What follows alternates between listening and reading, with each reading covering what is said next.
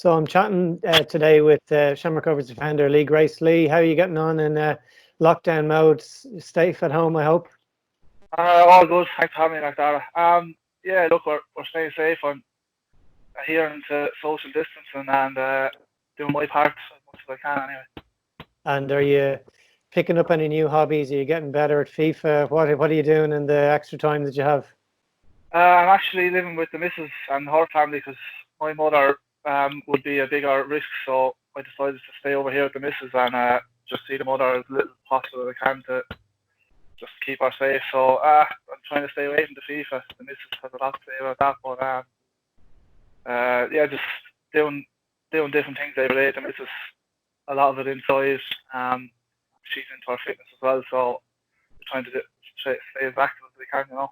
And you have a bit of space where you can. Pico Lopez is driving the squad together for these Zoom meetings. Do you have a bit of space, a yoga mat or something that you're out on? I have a yoga mat, and the missus' back garden is big enough, so I've been doing it out there, and the weather stayed fine for that, so I'm lucky in that sense. But all the squad are trying to get in on it as much as the squad can, as we said, just to stay active, and it's good to see the players as well, you know, have a bit of banter. And one of the things that the squad did do in the last week is you guys got together and recognizing where the financial situation is for the economy at the minute, but for the club as well, that you guys took a decision to take a 25% pay cut, which I know Rovers fans are very much appreciative, and I know the board was as well. Yeah, look, there's a lot bigger things happening in the world at the moment. There's people losing their lives, there's people losing their jobs, so we just came together and thought it was the right call, and I think it is the right call because, as I said, there's people losing their jobs. 25% cut is not the biggest; it could be a lot worse. So, and as you said, it's in the best interest of the club. We want the club to come back though, and we do get back. So, yeah, I think it's the right call. And it's been a few weeks since you have played. It was such a great start to the season. You know, carrying on very much from last season when I think it was a club record number of clean sheets. You've obviously built up a good playing rapport with Roberto Lopez, with Joey O'Brien as well, and playing in front of Alan Manis. What's that been like? Getting, you know, you guys have played regularly now over the last kind of 12 to 18 months together, and I think people have really seen the difference on the pitch. Yeah, look, Pico and Joey are obviously top players, and Al is the best keeper in the league, so no too much to worry about when the ball goes over our heads. He's kind of there to mop it up and take us out of holes. But yeah, look, we're playing together now a long time. We all know our strengths, our weaknesses, and I think we have a good bond. And yeah, look, we started the league well. Hopefully, when it is safe to get back and do our thing, that we just pick up where we left off. And you guys had been back early enough. Like I know in December there was a lot of gym work done and Kickstart Fitness before you got back and got to play the game, play the ball. But one of the things you also did was something you'd experienced. They had the squad down in the Calderbrule barracks to do a bit of work with the Irish Defence Forces. You're a former member there. What did you find that experience? It was pretty easy for yourself. You're well used to that type of thing. We did it last year as well, so I kind of knew what we were getting ourselves in for, and so did most of the boys. But all the boys think just because I was in the army that would be a walk in the park for me, but still very tough. Brings back some good memories. I had good times in the army, and I have a lot to thank the army for. But no, they're good days out, and it's a good team bonding session. And that was one of the things. I think you were playing with Wexford at the time before you moved to Galway. I think the decision was made.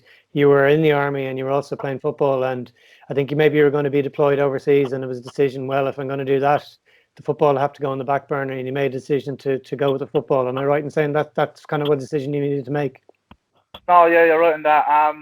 When I got the offer off Galway, they were obviously full-time. So it was either go full-time with football or stay in the army, and then 2 months later I would have deployed overseas, as you said. But football is all I wanted to do, and if I ever got the chance, I told myself I have to take it. So I took the chance, and yeah, it's after paying off, I think. And has any of your military training come into effect with the lockdown in terms of discipline's very important, this type of thing? Anything kind of spring to mind like that? Not really, no. As I said, you get a lot of discipline from the army. I'm adhering to social distancing as best I can. So I might have took that from the army, but I took a lot from the army, and I'm grateful for my time in the army. And last season you played, I looked it up there, it was 34 of the 36 games that you played during the season. One of the games you missed was due to suspension, where you got sent off for a handball, even though the ball hit it in the face. Yeah. What's your kind of recollections on that? Go on, yeah. No, look, obviously I don't like missing many games if I'm fully fit. I hope to be playing every game. I hope to be in the picture. So I just train as hard as I can, day in, day out, and hopefully I'm in the manager's plans. But obviously these things happen, and you just have to get on with it. Yeah, watching on the night, I was like, oh, I don't know, might have been a handball.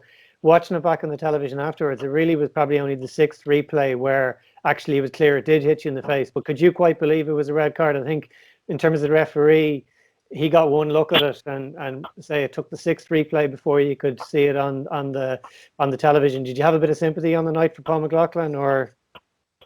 On the night, no, because obviously I'm the only one who knew it hit me in the face. But looking back at it, to be fair, my hand was up over my head, and obviously you said he's one look at it and it's a split call. But on the night I was raging, but when you look back on it, you can see why he gave it. My hand was up, but you can clearly see it hit me in the face with the still shot. Yeah, and that was the games against Dundalk were nip and tuck all season. That was one. There was the obviously the cup final comes to mind, and then you had the game this season, the 3-2 game, which was one way. There's a great on the pitch rivalry built up with Dundalk, who've been so successful over the last previous seasons. But you going into I think the cup final and the cup result is probably really important. I know you guys had the belief in your own ability even before that game, but it's been a great rivalry between the two teams over the last kind of season and a half in particular. Yeah, as you said, look, two top teams that want to play football in the right way, and it's nip and tuck. Very, very close games. There's not too many games where there's 2 or 3 goals in the difference. And they're top games. They're good advertising to the league. Any game you'd watch back, you'd always enjoy watching it. So look, when it is safe to do so and the league gets back, I'm sure both teams are chomping at the bit to see each other again. And where do you have your cup final medal? Is it something you have on your mantelpiece in your home, or is it tucked away somewhere safe? When I won the Player of the Year award 2 years ago at the club, I got a big, massive glass thing, and I have it hanging off that at home with the man stuff. It's all kind of, she keeps it all together. So. And she's keeping it warm. Hopefully there'll be a few more medals to add to that later on. Lee, listen, thanks very much for your time. Really appreciate it, and take care of yourself. Cheers, my God. Thanks for having me.